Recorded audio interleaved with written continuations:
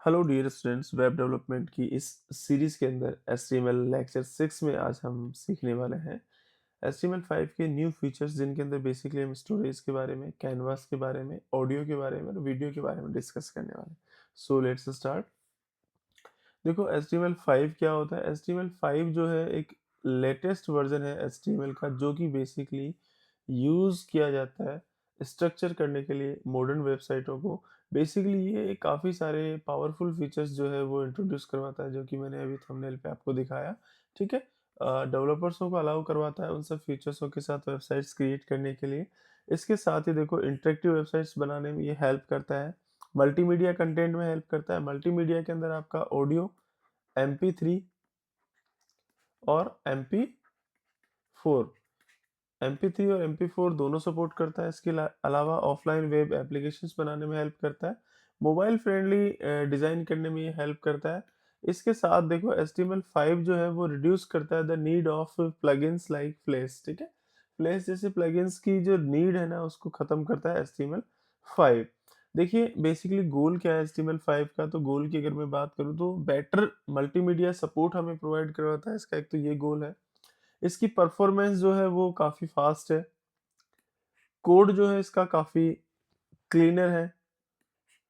Cross platform compatibility है इसके अंदर। इसके साथ ही ऑफ़लाइन स्टोरेज कैपेबिलिटी है, जो कि 5 एमबी तक का ये जो डेटा है उसको स्टोर कर सकता है। इसका एक बेसिक स्ट्रक्चर है। HTML के अंदर आप बेसिकली HTML लिखते हैं, उसके बाद हेड के अंदर टाइटल और मेटा डेटा। ठीक है, उसके बाद हेड क्लोज करते हैं और ये आपका यहाँ पे बॉडी टैग आता है।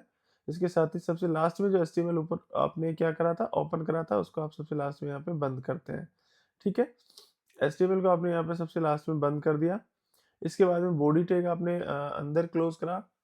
अ, इसके बाद में H1, सबसे पहले आपने H1 हेडिंग टैग यूज़ किया, जिसमें आपने HTML5 लिखा और टाइटल के अंदर HTML5 वेब पेज। अब ये जो है, ये लिखा हुआ आता है सर्च बार के अंदर, सर्च बार में। जबकि ये जो है, ये आपके जो वेब पेज है, ये आपको स्क्रीन पर छोटे-छोटे अक्षरों में एक साइड लेफ्ट साइड में हमेशा बाय डिफ़ॉल्ट लेफ्ट साइड आपको लिखा हुआ दिखेगा, या आउटपुट इसका शो होगा। देखिए, डॉक टाइप जो है HTML, डॉक टाइप HTML, ये बेसिकली इसका लेटेस्ट जो वर्ज़न है,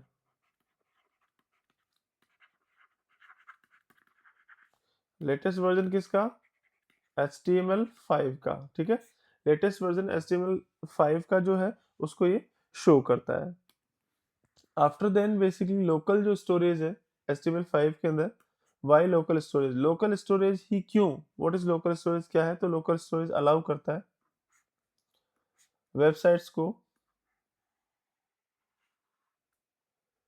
storage data inside the user browser without using A server. ठीक है। स्टोरेज डेटा को स्टोर करता है इनसाइड एक यूजर ब्राउजर के अंदर विदाउट यूजिंग सर्वर, यानी बिना कोई सर्वर यूज करे हुए डेटा को स्टोर करता है। और वो डेटा होता है, मैक्स उसकी लेंथ होती है 5 MB, 5 MB से ज़्यादा उसकी लेंथ नहीं होती। डेटा जो है रिमेन्स रहता है, सेव रहता है इवन आफ्टर। ठीक है। पहला है, ब्राउज़र क्लोज़ रहता है, तब भी डेटा सेव रहता है, और सिस्टम आपका रिस्टार्ट किया जाता है, तब भी ये डेटा आपका वहाँ पे सेव रहता है। ये बेसिकली वेब जो स्टोरेज एपीआई है उसका ही एक पार्ट होता है, और उसी की हेल्प से ये सारे काम होते हैं। अब देखो, यूज़ करता है लोकल स्टोरेज। लोकल स्टोरेज में सेव करता है यूज़र की परफॉर्मेंस को, स्टोर लॉगिन सेशंस, जो आपने लॉगिन करे यूज़र आईडी पासवर्ड वगैरह को स्टोर करता है।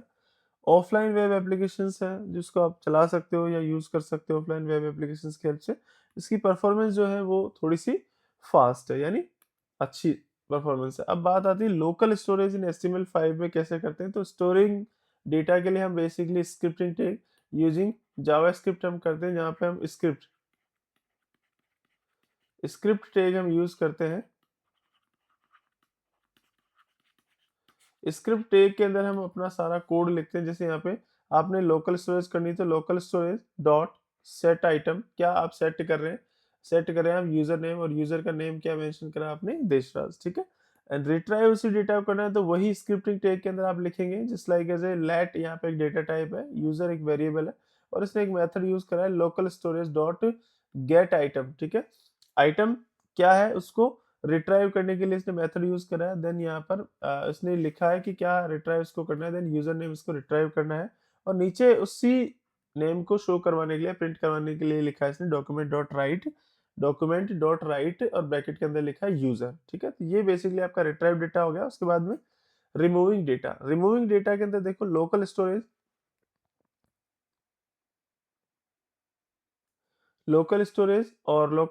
डॉट रिमूव आइटम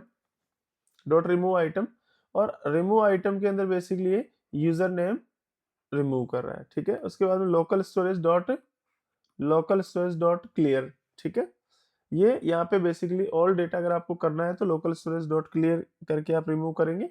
अगर पर्टिकुलर डेटा आपको रिमूव करना है then local storage dot remove item और इसमें क्या आइटम आपको रिमूव करना है तो वो आप यहाँ से रिमूव कर सकते हैं। आफ्टर देन फीचर्सों की हम डिस्कस करेंगे। फीचर्स और डिस्क्रिप्शंस देखो, स्टोरेज की लिमिट जो होती है इसकी वो 5 MB तक होती है। परमानेंट जो स्टोरेज होता है वो बेसिकली अंटिल मैनुअली डिलीटेड है, जब तक आप डिलीट नहीं करोगे मैनुअली तब तक वो डेटा डिलीट नहीं होगा। बेसिकली ऑफलाइन वर्क करता है, ठीक है, और ब्राउजर बेस्ड है, इसमें कोई सर्वर की आपको रिक्वायरमेंट नहीं है। आफ्टर देन देखिए कैनवास क्या है। कैनवास बेसिकली जो है वो एक ग्राफिक डिजाइन करने का काम करता है, ठीक है। और किसकी हेल्प से, जावास्क्रिप्ट की हेल्प से ग्राफिक डिजाइन करवाता है। ग्राफिक के अंदर हम देखो कोई भी शेप बना सकते हैं जैसे रेक्टेंगल, ठीक है, स्क्वायर, सर्कल, ठीक है। इस तरीके के जो भी डिजाइन है, ट्राइंगल, ये सारी चीजें बना सकते हैं। एनिमेशन, गेम्स, चार्ट्स, इमेज, ये सब बेसिकली बनाने का ये काम करता है। अब कैनवास का सिंटेक्स देखो, कैनवास आईडी के अंदर आपने लिखा है माई कैनवास, ठीक है। विड्थ और हाइट यहाँ पे सेट करिए। इसके अलावा कैनवास को यहाँ पे बंद करा, जैसे आप किसी टैग को ओपन करते हैं, ठीक है। उसके बाद में आपने उसका जो भी एट्रीब्यूट्स है वो मेंशन करें, इसको आपने बंद करा। उसके बाद में आप कैनवास का जो क्लोजिंग टैग है वो लिखेंगे एंड ये क्लोज, ठीक है।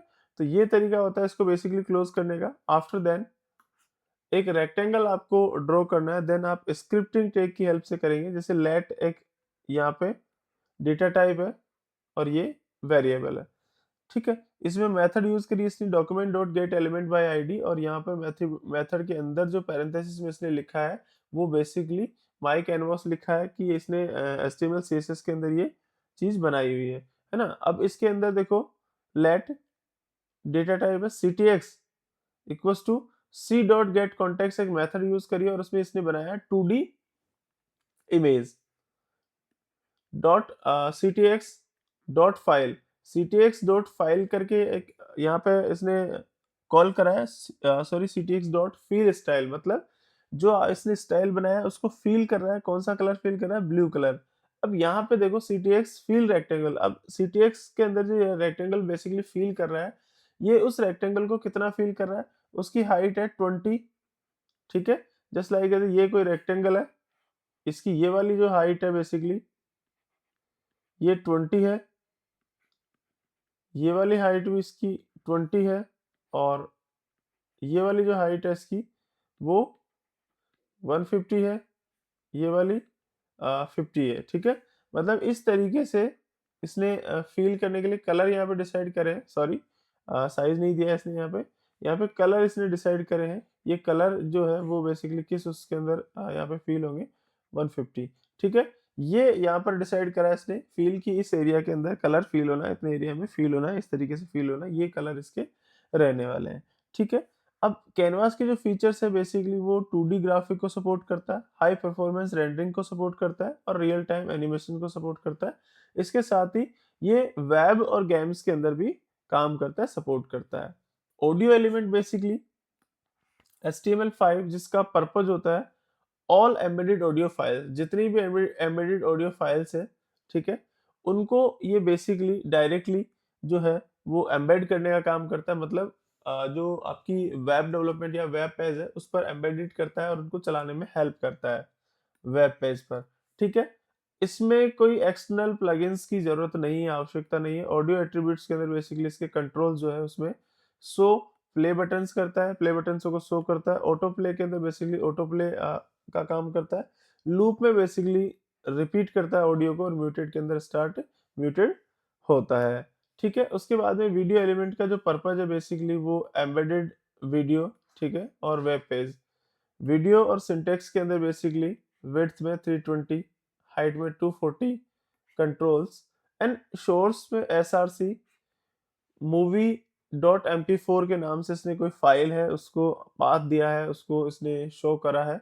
और टाइप में जो है इसका वो फॉर्मेट रखा है वीडियो या फिर एम पी फोर फॉर्मेट। और इसके साथ ही मैसेज दिया अगर सपोर्ट नहीं करता एम पी फोर या वीडियो के अलावा कोई और फाइल होती है then browser doesn't support the video, मतलब आपका जो ब्राउजर है वो इस वीडियो को सपोर्ट नहीं करेगा। और ये क्लोजिंग टैग।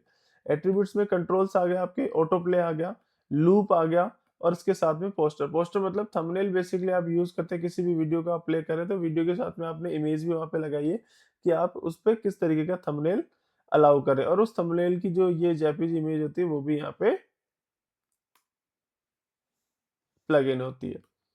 अब देखो एडवांस फीचर में प्लग इन फ्री मल्टीमीडिया है, मोबाइल फ्रेंडली है, ऑफलाइन स्टोरेज है जो कि 5 एमबी तक का डेटा आप स्टोर कर सकते हो, फास्टर वेबसाइट है, वेबसाइट थोड़ा फास्टर काम करती है इसकी हेल्प से, क्लीन है और सिंपल कोड है इसका बहुत, और साथ में क्रॉस ब्राउजर सपोर्ट करता है।